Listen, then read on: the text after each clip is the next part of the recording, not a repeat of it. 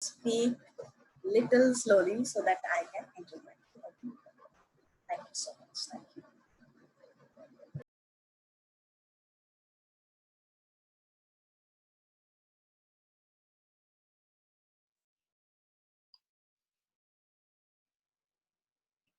Welcome to On the Front Lines. We are live on YouTube, Facebook, Twitter, and Twitch. Today we are in conversation with Apar Gupta from the Internet Freedom Foundation. Welcome, Apar. Thank you so much for having me here. I'm excited to be a part of this conversation.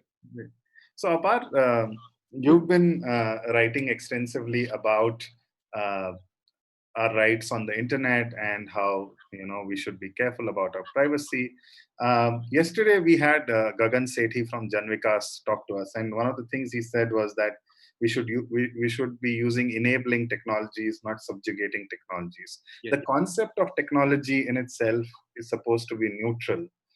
Is there such a thing as enabling or subjugating technology? So this reminds me of something one of my professors told me. He said that a joke is always at the cost of someone.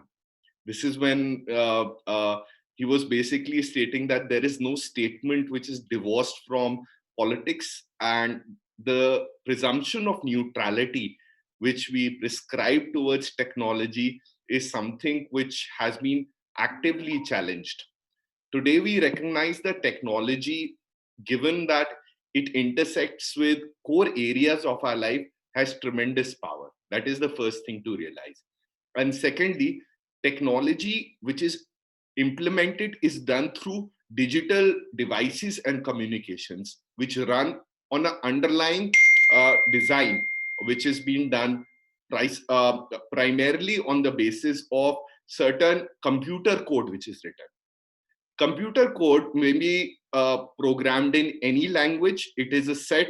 For instance, if you're writing a page in English language by itself, even if you're writing technical literature, it will display some form of knowledge bias, environmental bias, social cultural learning for the author. And this is the same situation in computer code. So it depends on who the author of the code is. What is the foreseeability? What are the choices offered? And what does the technology actually do?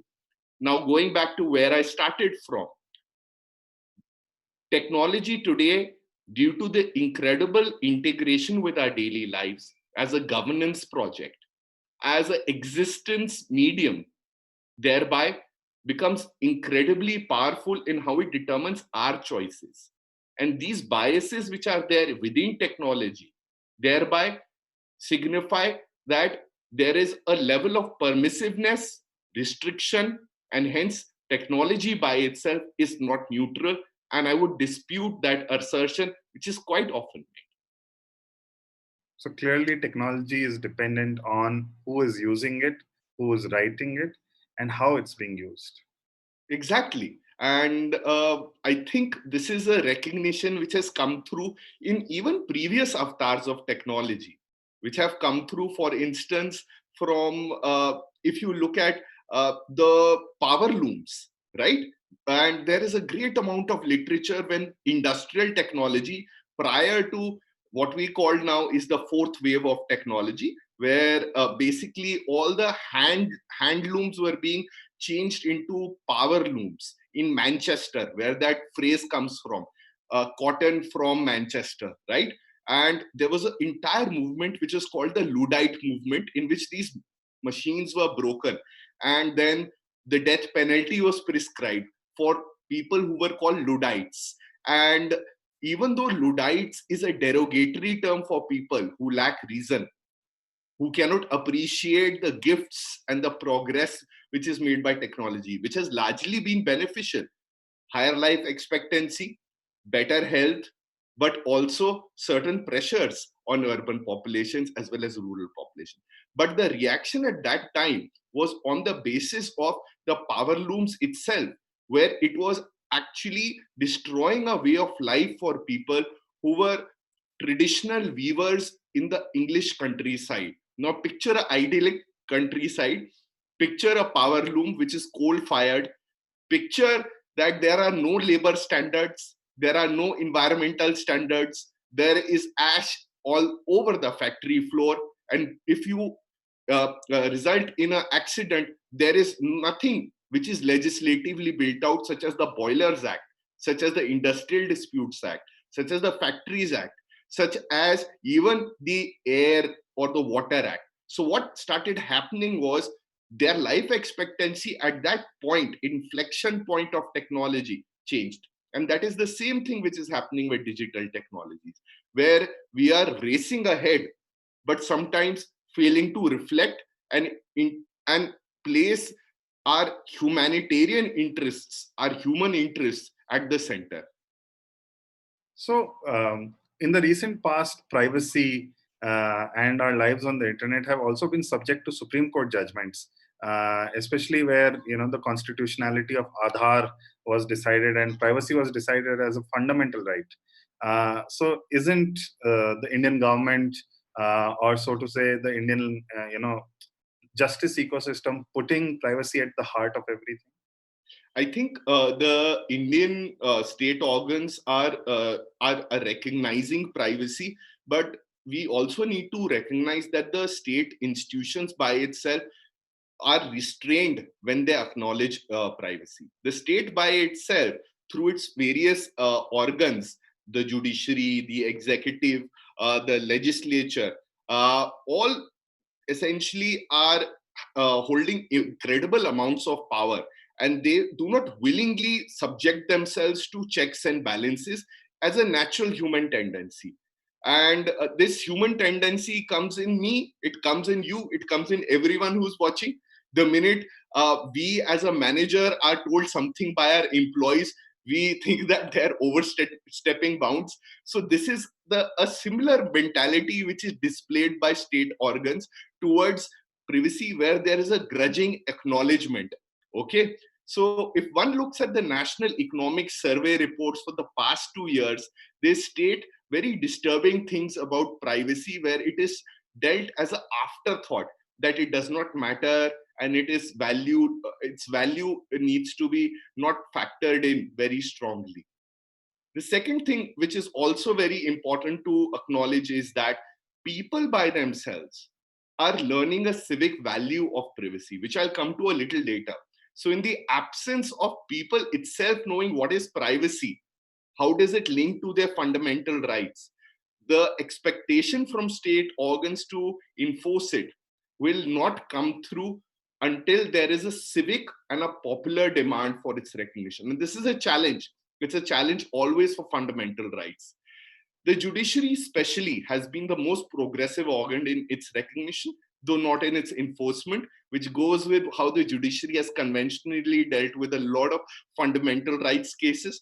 If one looks at modern scholars such as Rohit Dey's People's Constitution, or Tarunab's work, or Bhatia's work, one comes to a better understanding that the judiciary also has been a centrist organization rather than a very progressive advocate for fundamental rights, consistently defending it. A lot of work needs to be done. I think we'll reach that point, but I think work needs to be done to challenge them, to improve them, to encourage them to do better. And this is a foundational conversation. We are building regulatory frameworks for today and for the future, given that personal data is essentially the core framework of our life, just how monetary exchange was the framework of our life for the past 100 years.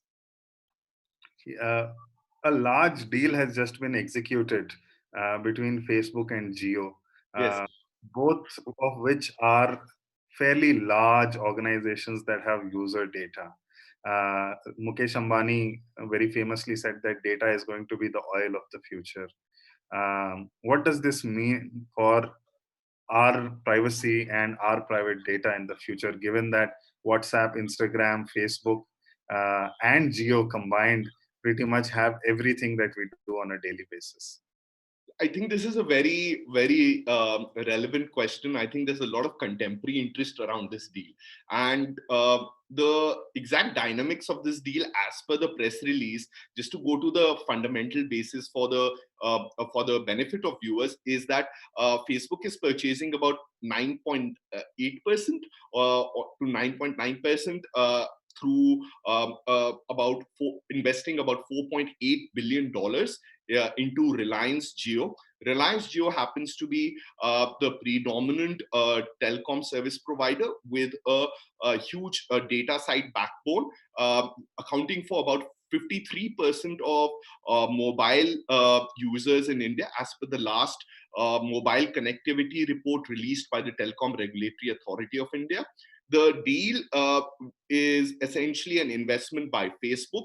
Facebook has a large range of business interests, which not only include Facebook, but also include popular platforms in India. The fastest growing platform, that's Instagram.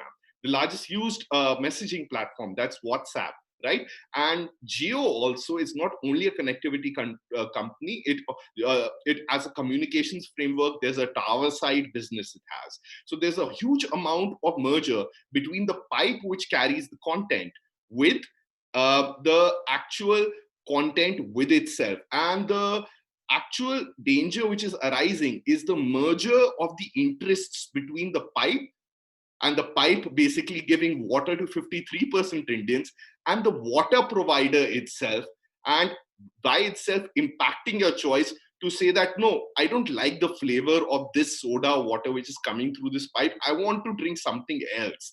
But oh, guess what? You can't change the infrastructure, because the pipe is basically a static infrastructure which provides you something for all periods of time. And this happens in very subtle ways. Okay, and there are three top policy concerns which come through this. The first is competition. Okay, what happens to the great innovators who are working out of their parents' garages in India, or in the startup ecosystems, in hubs, in the IT parks, in the incubators spread all across India, from Chandigarh to, let's say, in Bangalore, to Delhi, to Bombay, to places in Kerala and Tamil Nadu. So what happens to them, right? Do they need to actually fear the business integration? Because by itself, there's such a huge amount of scale in both these entities that any business vertical that they integrate in terms of product functionality between Jio and Facebook, between WhatsApp and Jio, will impact everyone else, right? They by default will need to integrate their product with WhatsApp and Jio. And you may say, what's the problem there, Apar? The problem is that they will need to spend more money, probably reduce the kind of products they can build, because this becomes a common infrastructure framework. So it may have competition side impacts. And you may say that, oh, but this is about companies, right? And startups, and I don't care about them. Those guys have gotten away with too much for too long. But guess what? If startups are not there, they don't build the new products and services. They don't challenge the old media businesses. And without these new ideas, this new talent, you don't get the new best services which are out there. The second risk which arises is towards network neutrality, which I think is fairly well established, that internet service provider can't basically distort your user choice. But there are still concerns which are arising with respect to this. And the third is actually going back to Mr. Ambani's statement when he launched the Jio service, in the Reliance annual meeting. I remember it was such an iconic address. And I think so he's fulfilled certain core expectations which he indicated, but there is a concern. The success of that ambition itself is a concern, because Jio is not only a connectivity provider charging you for sums of money for providing connectivity like Airtel and Vodafone Idea. It is a modern telecom business in which it also extracts user data. So it's a data side business as much as a connectivity business, and it's reaching a market share of 53%, and the market is getting concentrated.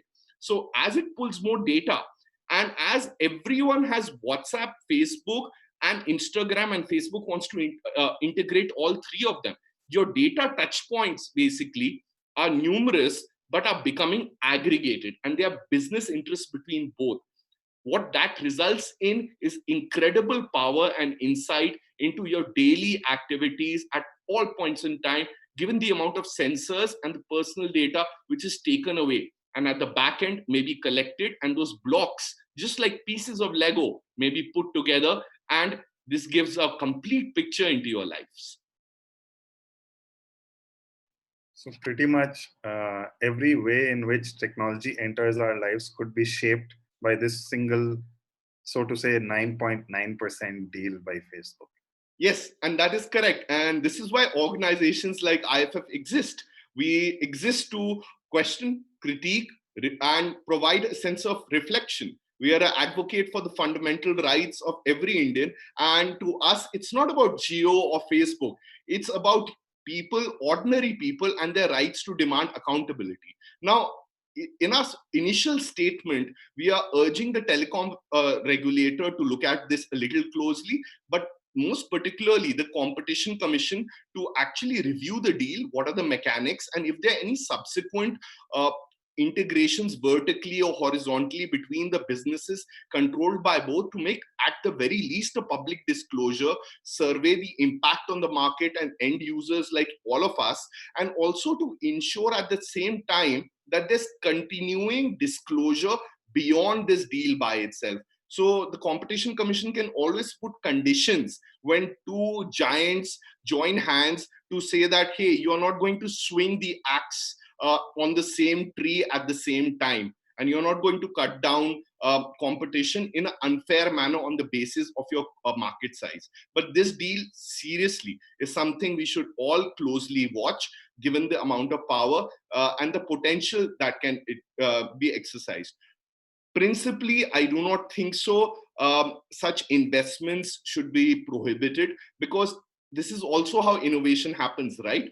And we should always look at things a bit more objectively, focus on building government institutions, make sure that they are independent, they are powerful, and they're able to take these decisions. We should support their mission in enforcing these decisions, whether it's Geo, it's Airtel, it's Idea, and going with principles rather than with individual biases towards XYZ business. So it should be fact-based and principle-based. At this point, I'd like to tell our viewers that they can send in comments and questions as and when they feel that there's something they want to ask. Apart, one of our viewers, Arindam Biswas, wants to know who decides how much of personal data that internet giants should have access to. I think right now the internet giants decide how much data they should have. So they have been, it's basically a very, it's a toxic race to the bottom, where data maximization has become some sort of business mantra that let's just gather more data and we'll figure out a product and service tomorrow, and data by itself will be valuable, which it is, because it can be sold. Right. And there was a popular study, it reminds me that when people like me, I would call us fools, not activists, were saying that why can't people have the option of even paying for Facebook? Then a study came out a year later that actually Facebook would lose money if people would pay to access Facebook when people were still using Facebook very actively.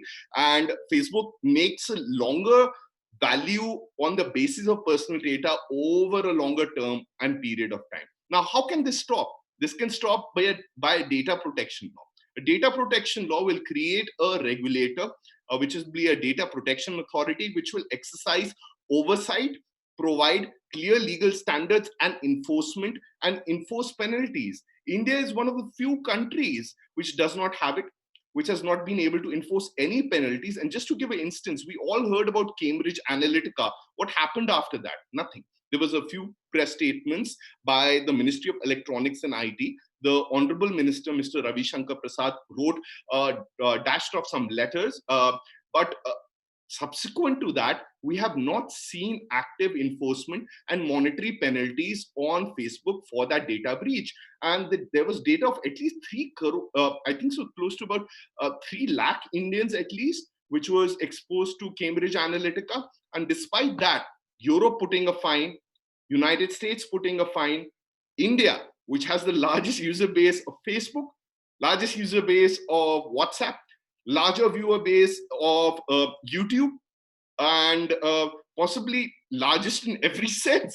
We don't have a regulatory infrastructure at present to levy fines on any of the Silicon Valley giants. And that's why we are in a situation where ministerial discretion, individual one-to-one meetings are becoming a very poor substitute, and they're not leading to a sense of regulatory clarity even for other businesses beyond the names that we know and are on our tongues. So in terms of a systematic approach which lays down clear regulatory boundaries, who decides right now? The clear answer is the person who's giving you the service, who's giving you a one-sided contract called the privacy policy.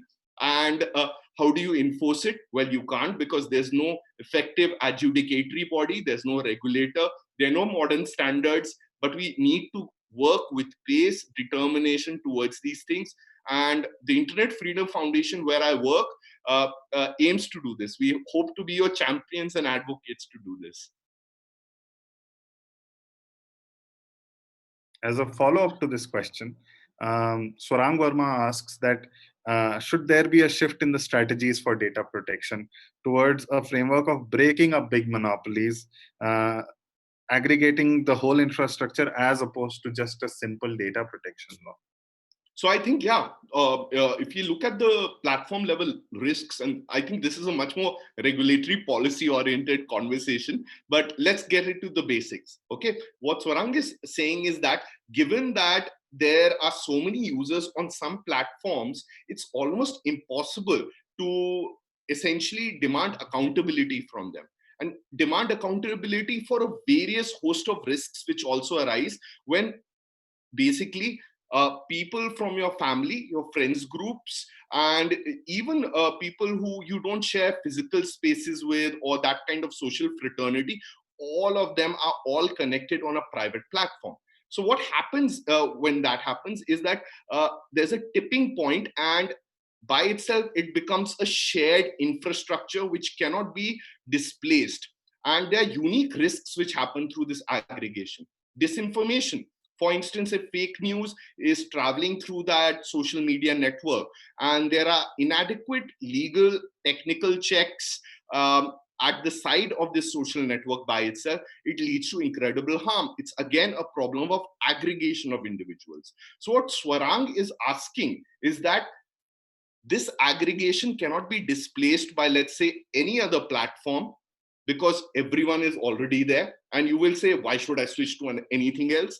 Plus, there are unique risks which also arise through this aggregation. So rather than just data protection, which would ensure that your consent is taken, how your personal data is gathered, it should be accountable. If you ask for remedies, that if they're gathered more data than you agreed to, there should be penalties and fines.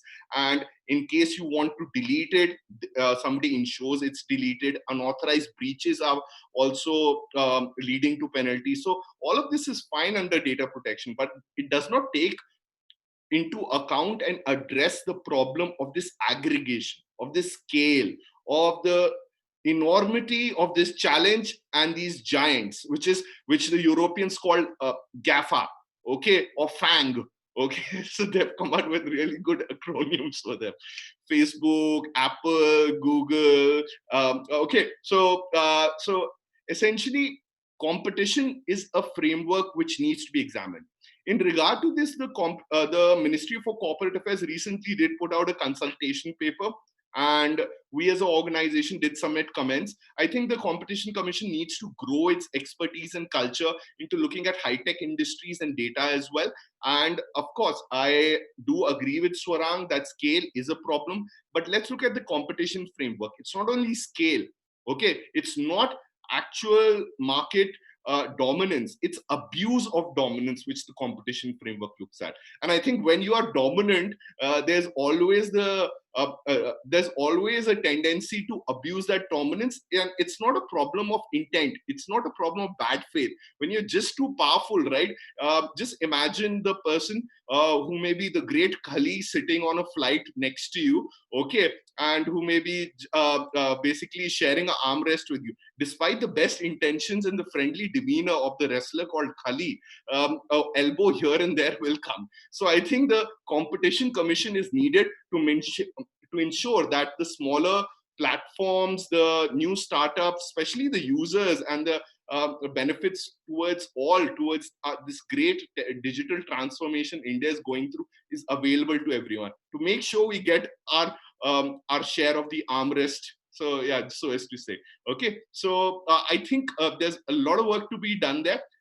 Data protection is not enough. Again, Swaran, to put it simply, competition is something we should look at, but that needs to be grown. Okay, and there are specific recommendations on this made by the Internet Freedom Foundation. So I think the analogy is perfect. When you have the great Khali, then you need to have an equitable sort of power to be able to challenge, a force like that. But closer to home, and beyond the great giants, we have the government of India, Yes. which is an elected government in a democratic system. And the Supreme Court had declared that Aadhaar was not mandatory. But recently, in the Guardian, a series came out which was titled "Surveillance Nation" by Kumar Sambhav Srivastav, who spoke about how the government has been building sort of a database to track every movement of every citizen across India as a measure supposedly to give social security to citizens. Could you tell us a little more about what this database is? Is it already active? Are we already being tracked by the nation state? When you say this, two things come to my mind. People always say governments evil, and let's deal with this very honestly, okay? And is it about this government, this specific one? Oh, I don't like it. Or was it the earlier one? Oh, but the Congress government was also like this. It laid down the foundations for this. Let's understand this very simply. I'll use one quote from Justice H.R. Khanna, where he quotes from Brandeis, where he says that we need to be fearful not of people who hold bad intent, but overzealous men, okay, who with the best of intentions encroach on individual liberty for satisfying a larger public interest. So individual liberty becomes a sacrificial lamb by itself. So just paraphrasing, and you can look at joint op-ed I wrote with Gautam as well as Surit in Hindu about 2 days back. It has the complete quote. The second is the Game of Thrones analogy. If you look at how Daenerys Targaryen wins the throne and she basically condemns everyone else, it's basically guided by a moral sense of superiority, which prevents introspection. And when you start becoming powerful, okay, and you think what I'm doing is in the interest of people who don't know better, and they're asking for accountability, democracy is too noisy, they're asking me to do XYZ, it'll slow down things. But guess what? I know better because I see further. I ride a dragon. Okay, you end up burning the very people you want to save down to ashes. And by using these two examples, let me just state that this is what the surveillance project is. It may be arising out of a multiplicity of interests, and a lot of them are commercial. They're driven by contractors who are actually looking to make money on the basis of these technologies. It gathers personal data, which is also monetized. As the National Economic Survey shows, that the government is also getting into using personal data of citizens of India towards fiscal revenue reaps. So, for instance, it's looking at how vehicular traffic data, for instance, through the Vahan database can be sold, and it's sold it for about 100 crores. So all your driver's licenses, all your car registrations are sold to vendors. And for instance, if it's raining and you get a notification of having a waterproof dust mat or a flap pad for your car, okay, on Amazon, up to the very precision of the model of the car that you drive. Let's say a Hyundai Verna, Santro, i10, i20, okay, whichever one you have. And you are wondering, how did they get to know which car I drive? It's due to the Vahan database, and the government has sold it. So the social credit registry is a dangerous leap into another world from it. If you actually go onto YouTube, and there's a great Vice documentary on how this registry has been actually implemented in China, it actually encourages good behavior by citizens, which is why it has supporters in India. oh, Indians don't stand in lines, they litter everywhere, they pee against walls, and they spit wherever they find a wall. So what do? We roll out a technology which pervasively surveils every person, and the minute you do any of these 4 or 5 things which cause littering, public property damage, etc., your social credit gets impacted. So by itself, what happens is that you are also facing a penalty where you can't take the metro, take a flight, board a train. And this is what the social credit system does. It's a digital surveillance framework, unaccountable, without remedy, gathering data at all times, watching you all the time. And on the basis of that data, and a large number of databases which the government is building, with the power and the might that it has, which include the police, the executive, and the courts, getting a 360 profile view into you, it is going to essentially demand that you do not litter, you do not pee against a wall, you do not spit upon. But guess what happens? If you also say something on social media which criticizes a particular political leader, which basically states a very unpopular opinion, let's say even about a cricketer these days, or a famous Bollywood actor, you could end up going to jail. Those same data points can be used.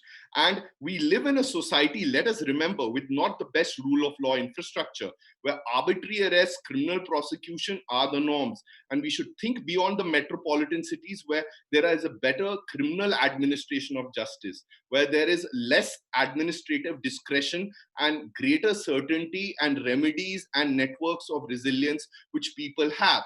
So let's think about people who don't even know about technologies that well, who do not have access to lawyers. They will be the first victims of all of this, and they will face exclusion from social services, from public transport, from entitlements, and this will be done without remedy. So surveillance in India is something to worry about. And just to end this, actually, these are not fantasies and limited to Kumar Sambhav's excellent reporting on this. This has actually been felt in the present times of the COVID pandemic. And I invite you to look at our website, internetfreedom.in. There's a recent tender put up by the Broadcasters Engineers Corporation of India Limited. We've also made a YouTube explainer, and it actually wants to know where you sleep, and it wants to where you go for regular walks, who are your friends, who are your families. And there's no legislative framework. There's nothing saying when the data will be gathered, when will it be deleted. And there's a separate item they also want to procure. Guess what? Smartwatches. So this also reminds me of an op-ed by Yuval Noah Hariri in the Financial Times, where he says that the pandemic is making surveillance become from over the skin surveillance, which is that it is at a distance, to on the skin or under the skin surveillance, where there'll be wearables and etc happening. It's a very scary world we are entering it, with facial recognition and digital lie detection technologies. Okay, so we all need to be on your best behavior, or we need to, in the alternative, assert our digital and fundamental rights. And guess what? I think all of us behave badly every now and then. That you made a very interesting point about that the impact of these technologies would be disproportionate on those who don't even know technology, especially where justice systems are weak. Now there is a great sort of we see even in courts and even with institutions that very often we don't understand the difficulties of people who are far removed from us. And digital technologies or technology in general is so far removed from day-to-day understanding. Even though we use it, our understanding of it is quite limited, so to say, even as urban educated people. Yes. How does one bridge that gap, especially in institutions which need to deliver entitlements, deliver justice, enforce law and order? So I think we are facing a grave challenge. Today, we are not only being asked to know how to drive a car, we are being asked to actually fly a plane.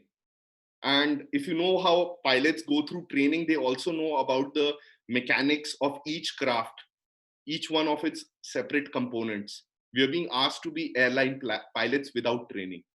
And I think technology will mature. People will get to have a greater degree of control as basic building blocks of technology and core components become universal frameworks. But the problem here is a bit separate. I think this problem will be dealt for people who come from economic, caste, gender privileges in India. They'll be able to control their privacy. Just like by purchasing a iPhone, they get a higher level of privacy protection, right? And devices in Apple are essentially, at the very least, 200% more expensive compared to flagship Android smartphones, where your privacy is much weaker. For instance, Apple stores your thumb biometrics and your facial biometrics locally on the physical iPhone itself. And with the Android, it is uploaded up to a server. Now, people don't know this. They don't know this distinction.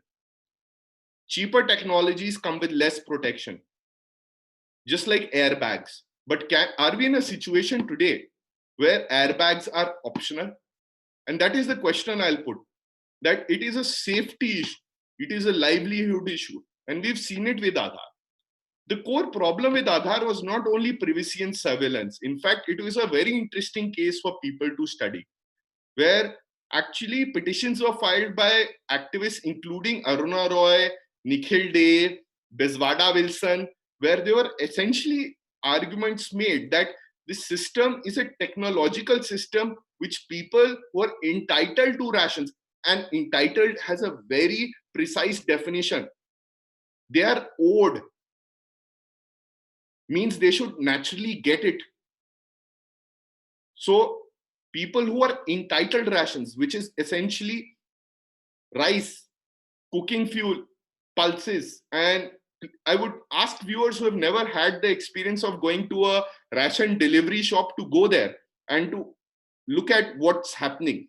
So in case there's a biometric mismatch, which happens quite often with manual workers who are engaged in hard labor, where their thumbprints wear off, or with old people when they get cataract and their irises essentially become more cloudy, and the biometric systems can't read it properly. There is a system of exclusion where they can't get their daily food. Their ration pie becomes smaller. So it was a welfare argument. And the thing is, the poor who lack social power due to where they come from are further disadvantaged, and it compounds their sense of lack of power. They become more vulnerable and the injuries are greater. And I think there is a recognition in this. I think technologists are recognizing it. I think the Supreme Court is recognizing it. But would you ask me, is it being done sufficiently and up to the threshold it is required? I would say not.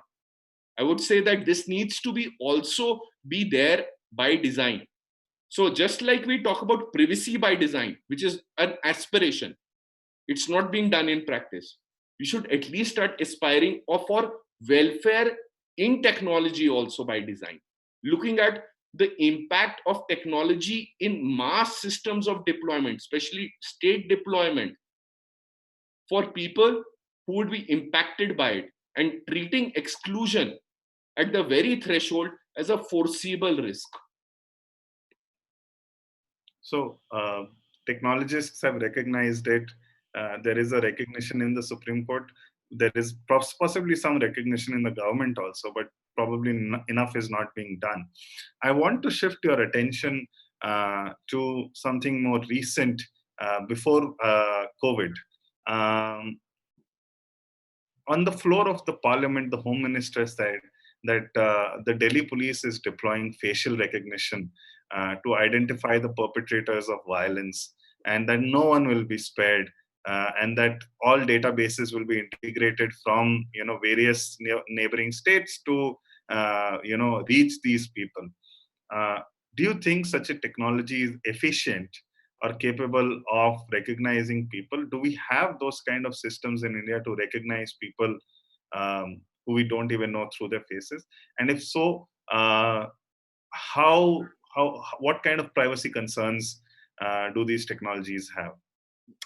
Okay, so this is very interesting. In 2020, before the COVID pandemic, we basically, as an organization, took on facial recognition is one of our priorities, and we started focusing. We even sent the Delhi police a legal notice on this very thing, and we are looking towards challenging it because, according to us, it lacks legality. The procurement done by the Delhi police for facial recognition was done in a high court case to actually deploy in a very limited manner for missing children, okay, against pre-existing databases and reuniting them with their families. And as per the feasibility report submitted in the High Court, in the Shadan Haldar case, actually, it seems from the orders of the High Court, they weren't able to even match one child. It has a very low accuracy rate. So inaccuracy remains a problem. And when law enforcement starts using an inaccurate system to essentially do criminal prosecutions, especially the police services, which have essentially not gone through substantial legal reform since the time of the British sepoy, who used to use the lathi and the danda as the principal way of enforcing law and order. I would just say that it's a very scary thought, especially for people who are from minorities, especially from people who don't look like other people, especially for people who are basically returning late at night and are stopped at the check post. Don't you feel a chill run through your spine, even though you're an honest tax-paying citizen who's just had a long day in office, right? You never know, they may ask you for insurance or pollution checkup, but it may be much more than that, right? And this is what facial recognition is about. It's about a sense of fear, which brings conformity, reduces your individuality, your even choice to wear what you want to do, eat what you want to eat, hang out with who you want to hang out, talk you with whom you want, or basically even hold up a protest sign which says that which basically is a protest sign, right? I'm not going to get into what kind of protest. Now, secondly, what happens when and this is what is quite often posed by technologists. Well, all technologies mature and they become better as big data trains its own data set, etc., etc. I would say accuracy is a problem, because the more accurate this technology becomes, the discrimination remains in the system because it's a social problem. It's never been addressed. And with accuracy, they now know where you are, when you are, with a scary amount of insight. And facial recognition is one data touch point, which also ties in with so many other data touch points the government already has. The Vahan database, for instance, right? And your telecom records, for instance, Aadhaar, for instance, and we don't have any surveillance reform. Scary, scary, scary. And just to make sure that I drive my point home, there was an excellent long read in Wired, where now the modern lie detection technologies are actually evolving into what are called as micro emotions and twitches people have on their faces, right? Or even in the posture, where you can discern the person's mood, etc. And this can be very easily integrated with facial recognition. Finally, you asked me, are these technologies available in India? And this is a personal anecdote, even though I think so personal anecdote shouldn't have any place in any public conversation. But I was at the Bangalore Cybersecurity Summit, and there was a huge stall right behind that where distributors were exhibiting their wares. And in front of one particular display, which had three really motivated, young, energetic exhibitors, there were two lady constables, and they were doing a live preview of facial recognition. And guess what does that system do? It takes a picture, okay, and all these cameras are 4K cameras now. You will be surprised with how these cameras work. They are not conventional CCTVs. They tie in at the back end, in which there are whole networks of them. So you'll have 100 cameras all together in local vicinity tying at the back. And it takes an image grab second by second, runs it through Google image search. And if you have a Facebook account which has a search engine functionality open to it, and have ever, or LinkedIn or Twitter, Google will pull that information because it's quote unquote public information, and when we queried, and the picture taken by the camera at that instance is matched against the picture which Google makes available as a resource at that same point of time, and voila, they know who you are. They know how to send you a friend request, and you better accept it because it's from the police. This is crazy amounts of technology. Black Mirror. Okay, I'm sorry. I wore this t-shirt with intention today. I think I'm scaring everyone.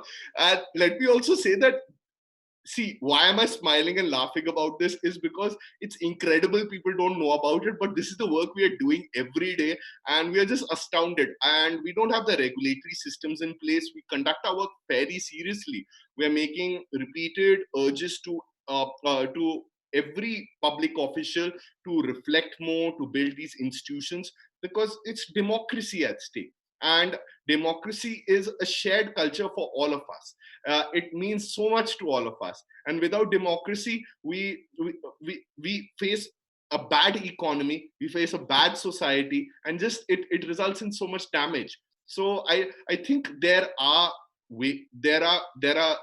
just having this conversation, people hearing it by itself, I think is a great leap forward, because quite often people think that, hey, I watched this scary show and let me just close the window.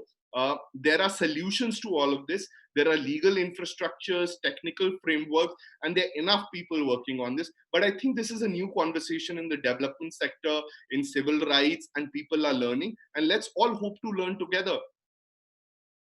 So I want to shift to attention once COVID came to India. Yeah.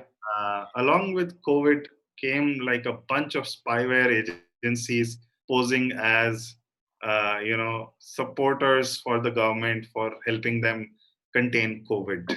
Yeah. There's a lot being written about it. There was an article in The Wire which spoke about Israeli spyware agencies making a beeline to Delhi police and others.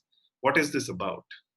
So the Israeli company is called NSO Group, which made a phone hacking spyware software called Pegasus, which could geofence. Basically, if 5 infected phones came within a proximity, their recording device used to automatically switch on and used to live movement track. They could switch on the camera without you knowing. And you would think, oh, it wouldn't happen to me, but it happened to close to at least 100 people. And there may be potentially even more. And this was revealed in a California litigation as incidental to that by the Munk School, which has a data side lab, and this happened to Indians. And unfortunately, the government response has been very shoddy on this. And I would also want people to know that these soft spyware is actually classified as an arms export, like a missile. So you need to get clearance as NSO and a contractor in a company in Israel from the Israeli Ministry of Defense prior to exporting it. And its import actually can only be done to state parties, which means that a state government or a central government agency actually procured these spyware and placed them on the phones of Indians. So the state's response, and I'm saying the state because it includes state governments, central governments, as well as police forces, armed forces. It's a larger amalgamation, right? So by itself, it's been very disappointing with regard to surveillance. But here's the thing with surveillance: surveillance is opportunistic. It's a paternalistic urge towards, for instance, controlling children. And the state views us as children who need to be controlled, who need to be watched. So it wants to place nanny cams everywhere. And there are enough vendors. There was Hacking Team, NSO Group. We have groups now in India also who are actively participating in these tenders, and we don't have a legal framework. Specifically, COVID has given a large amount of impetus and boost in terms of a new rationale of public health behind surveillance technologies, where you need to trace the infection because it remains asymptomatic for a long period of time. Thereby, a person who then starts displaying influenza-like symptoms, such as a cough, cold or running nose, and is then later diagnosed as having COVID, needs to actually be not only quarantined, but all the people they have been in contact with when they were asymptomatic, okay, when they were not having the running nose, the sore throat, were also put at risk. They are carriers of COVID because it stays inert for a period of, let's say, about 2 weeks sometimes. Okay. And how can you determine who all people a person was in touch with, was in the proximity of, who could be potentially infected? It can only be through surveillance, right? And wow, this is such a great opportunity for NSO group to knock on the doors of government and say that, hey, whether it's national security or public health, we got a brand new product for you. So let's slap on some paint on Pegasus and sell the old car for a new journey. And that's what's been happening. The other thing I would like to also indicate is that it is not as if this data cannot be collected in ways with autonomy, consent, and privacy maintained, and also prevent the risks which emerge from surveillance. And this has been adverted in a long working paper, more than 90 pages, written by my colleague Siddharth Deb. It's called Privacy Prescriptions for COVID-19 based technology interventions. It's been cited recently in the New York Times, and the government has also responded, updating its privacy policy. But I think the fundamental technical framework itself as a technology level, and secondly, the legislative framework also, which has been advocated by experts such as the UN Rapporteur for Free Expression, David Kaye, of having term limits where a government needs to mandatorily delete this data under a legislative basis, okay, which is lacking in India, is missing in India. So I would say it's a great rush. It's a golden time for surveillance, and we hope to actually make sure that these systems actually, even if they are built during the pandemic, are only for the term of the pandemic. They don't become pervasive technologies where the rationale shifts from public health to, let's say, national security, which is happening. For instance, the BESL tender is a procurement which is titled Patient COVID-19 Patient Tracking Tool, but item number 1 under it says that it is being procured for national security, and there's no mention of public health itself. The second factual peg I'll give here is that RTIs filed by the Internet Freedom Foundation on the Arogya Setu app actually show that the Ministry of Health is not being looped into any of the development around the app by itself. So let's imagine the core central government ministry, which actually is, as per the business of allocation rules, empowered to take decisions on public health for all of us in India, along with state governments, is not even being consulted on a principal technological deployment cited by the Honorable Prime Minister repeatedly. So I would say there is a large amount of concern, but it's not only the companies which are at fault. It is the government, and I would, to some degree, even say citizens need to do better. We need to demand greater levels of accountability from the government and say that, well, these are extraordinary times, but they do not call for extra legal measures. So you've also covered in the COVID-19 technology a little bit about the Arogya Setu app. Some days ago, one of my friends called me and said that this Arogya Setu app smells from a distance. It sort of roses. Well, that you'll have to tell us. But obviously there is some concern around the deployment of Arogya Setu in popular media also. Some days ago, a video clip emerged where this person who wanted to buy medicines in Noida wasn't allowed by security, saying, "Have you got the Arogya Setu app? Has it certified you as not infected?" So what does the government hope to achieve from the Arogya Setu app, and why does it smell, and what does it smell of? So even to people who think that the app smells of roses, I'll just say every rose has a thorn. Okay, and these ones are pricking a lot of people.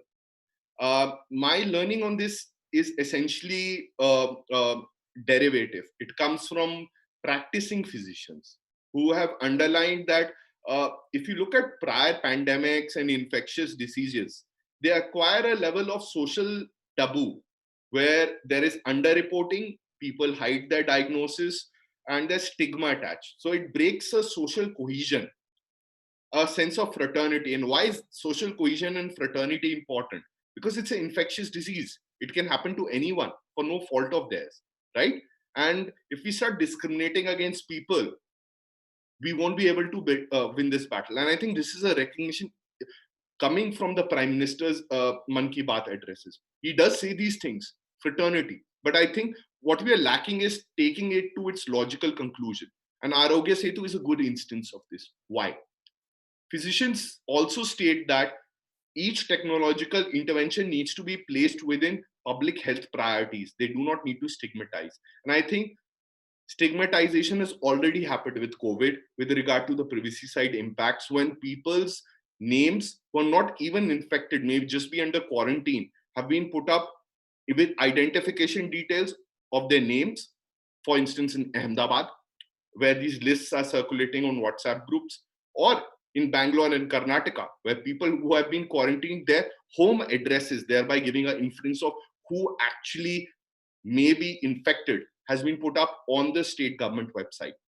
This has caused exclusion in apartment societies. It has required required a new form of policing, in which our friendly neighborhood uncles who used to do morning laughter classes, which used to be the most irritating part of our interactions with them, has actually morphed into a soft kind of vigilantism where everyone wants to play Batman.